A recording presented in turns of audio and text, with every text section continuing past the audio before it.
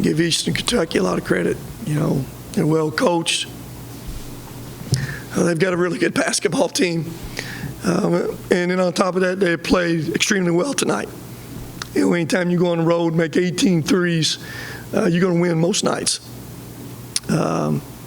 So give them a lot of credit. They're going to be a tough out for anybody that play. And again, they had West Virginia beat last week at West Virginia. They had them down 12, 13, 14 the first half.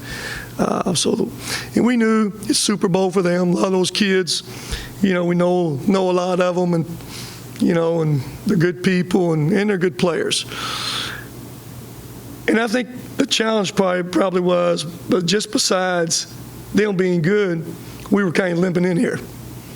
Everybody knew Josh was out with COVID, and most people didn't know that Jairus was out. And that was a back injury. Hurt it Tuesday night against Rhodes, and hadn't been able to go all week. We was hoping Jairus, he did a little bit, not even half speed. We was hoping to have him ready today, but shoot around, he couldn't go. So at that point, you guys know enough about our team. Without those two starters, without Keith, we get real thin. Not much time to work on a new lineup with a really good team coming in here. But our guys deserve a lot of credit. They found ways to, first off, you got to handle the pressure. That's where it starts at. And we only turned the ball over 12 times for the game. But against the press, I don't know if we turned it over a time. I know at halftime we had 5 turnovers. I know 4 of those were in the front court. And I'm sure there's maybe 1 or 2 in the back court. But we handled the press, number 1. Number 2, when a team's pressing you, you want to be able to make them pay a little bit at the end of the press. And we did that really well, first half in particular. So those 2 things was the first things we had to do. They came in here the 3rd best shooting three-point team in the country, shooting the most and best makes in the country. So you got to choose your poison a little bit. And sometimes it's easier to guard a bunch of shooters playing some zone. Slow down that movement. And we didn't want them to drag Jamar away from that rim as much. So we mixed it up on them. And I really thought that was the huge factor. Even though they made 18 threes, but shot 51 of them, 71 shots. We kept them off the foul line. I think they attempted 7 free throws. And a big stat for us was we got the free throw line. We made 20 out of 26. That's a huge difference. And again, the zone helped just survive us, resting some, because our bench was really, really thin. Everybody that played stepped up. That don't mean we played perfect, but they stepped up and played as hard as they could play. Davy's Davy every night. Cam, the old man on the team, had a handle against that press all night long and did a great job. Got himself the foul line. Sherm, played hard, going to make some shots. Luke got some shots going in the second half, and Jamar was a factor all night long again in that zone. Still found a way to get 14 rebounds and didn't miss a shot. Got to the free throw line and made 3 for 5, and we'll live 3 for 5. Jamar's improvement. So it was a great team effort, and particularly having to do it with our roster, what it was, against a really good Eastern Kentucky team. Questions? With Jairus, do you have any kind of timetable of when he might be available, or is it just kind of day-to-day with him? Man, it's, I just don't know, I just don't know. Naturally, we'd love to have him Wednesday, but I don't know. Tomorrow's off day. We got Monday and Tuesday, Wednesday. I'm going to say hopefully, but, boy, I just don't know. We know we're without Josh, so it's no secret. We're without him still. And we got as good as Eastern Kentucky was, we got a better team coming in here Wednesday night. A team that was picked to win their league and a really good quality team. With a guy like Sherman, obviously he got thrown into the fire tonight, thrown into the starting lineup for you guys without, Josh, without Jairus. But how have you seen his game kind of improve the more he's played for you guys throughout this year? Well, Sherm is just like a young thoroughbred out there, man. Hey, he's just going. He's just running around that pasture field, just going. He don't see no fence. He don't see anything. He's just going wide open. But, it's easier to slow a guy down than to speed him up. But while he's doing that, the one thing he can always do, he can make shots. He's going to play hard, man. The game will eventually slow down for him. Late in that game, hopefully 20 games from now, pull that ball out. But that's a young thoroughbred. He doesn't see a play he don't think he can make, or a shot he don't think he likes to shoot. But plays extremely hard, and he was good for us tonight. Played how many minutes? 30 minutes. 30 minutes. So that was a growing experience for him tonight.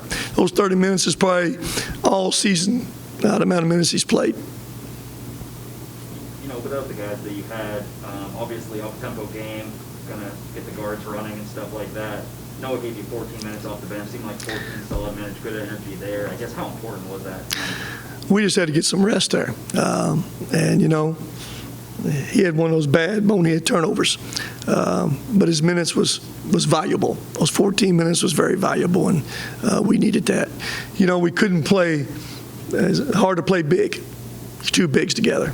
We had some bigs. You just can't do that against their pressure. Their ability to shoot that basketball. So we went small most of the night. I don't know if we ever got. Yeah, we did a few possessions. We had Butts and Jamar in there a few times, didn't we, Zach? Wasn't many possessions, but a few. But we chose to play small, so we can handle the pressure, spread out, and we got some guys can make some shots too. Luke, and Cam,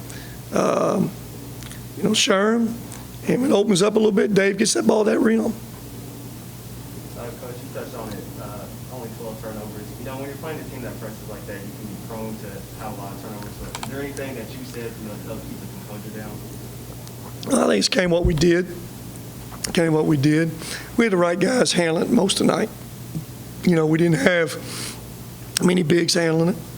We didn't have, for the most part, we had, Dave, Luke, and Cam handling that ball. And, I think we kind of cut the guy out of there, took a guy out of there a little bit, and thought that helped.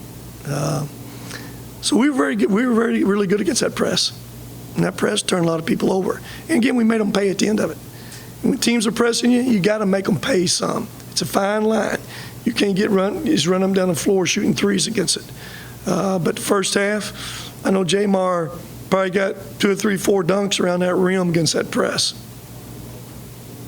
Coach, I think it was about 22 seconds left. You guys were trying to inbound it over there in front of Randy and Hal. You called a timeout after you guys nearly turned it over, and then it looks like you put your hands on Cam's shoulder and you really wanted to stress something to him. I guess what were you telling him in that situation? Well, there's no situation there. You don't have to pass. They're going to foul you.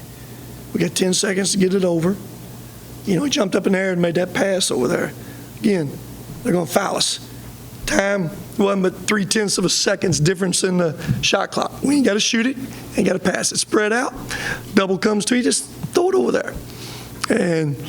But again, hey, Cam was really good tonight. Like I said, he's our old man on this team, and he's wore out at this point right now. 35 minutes against the press, 18 points, six assists against that pressure. He was really good tonight. Saw Cam, most valuable talker. That award, it seems like it came about a few games ago. I guess, what's the story there? Who came up with that? Where did it come from? Well, it's real simple. Our story is, we as coaches, that's one thing you stress every day, talk. We start practice off with a talking drill. Game so much about talking, offensively and defensively. Who can talk? And again, we want to try to find something to motivate somebody to talk. Who wants to win an award? And talking sounds like a little thing, but such a big thing. You got to talk defensively how to switch. You got to talk offensively what you're doing. And again, nowadays there's a lot of guys can't talk. Let's be real about it. Just can't talk. Some of them can't see it happen to talk. But come up, want to do it to try to help motivate that part of that game a little bit. And we have a different guy with coaches. We vote on it after the game, and there's Thought Jamar was in the middle of that zone, talked. We just thought Cam was a guy tonight. And we've had different guys so far that's won it. Where did the change come from? You have to ask Coach Franklin that. Who knows where that came from? Coach? Coach Franklin. He ordered it, Tavis. We ordered from somewhere. And but it is a pretty good-looking chain, isn't it? Yeah, that's what I was wondering. Good-looking chain. You know, I guess how have you seen it change what you guys have done since you guys have introduced that? Is it, do you feel like it's helped? Well, I think you all know how it is with young men nowadays. They love the social media part of it. That's something everybody can see that they're talking. So if that motivates you a little bit, hey, that's good. I'm not concerned about that part of it. I'm concerned about between those lines. Does it help you talk one more time on a switch? Does it help you talk one more time on which defense we're in? That's where it comes in between the lines. Outside that, then that's kind of y'all's world. Anything on Buffalo? Hey, Coach, Drew Tennis from Rivals, Hey, Drew, I got you every night. You come to every game now? You going to be here? I'm going to be here, yes, sir. Okay, I got you now. You've been here enough now. I know you know your name. That's okay. Well, I was just wondering, with Buffalo, they're coming in here next week, and, just, can you talk about, what are some things you guys are going to have to improve on before that game? Drew, let me tell you, I don't know enough about Buffalo right now except this. They're a really good team. They got all 5 starters back from last year. Picked to win that league. I know they started off the first game of the year, Smacker went to Michigan, and it was a 1 or 2 point game at Michigan. I know they've lost some games. They're playing a heck of a schedule. They were at St. Bonnie today. I guess they ended up getting beat.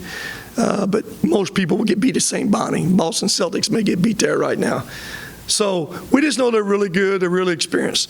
The thing we got to improve on between now and Wednesday, number one, those 5 guys who just played recover from this one, physically and mentally. That's the first thing. Hope we can get a body back. Hope we can get a Jarius back. But if we can't, we got to be ready to go again with what we got right here. And I think you saw our guys will be ready again. Again, win or lose, it's always great to win. But I couldn't have been more proud of how these guys give everything they had. That don't mean you play perfect. But I knew when that horn went off, yes, it's great to win, but our guys didn't have an ounce of energy left. And again, I'm proud of that right there.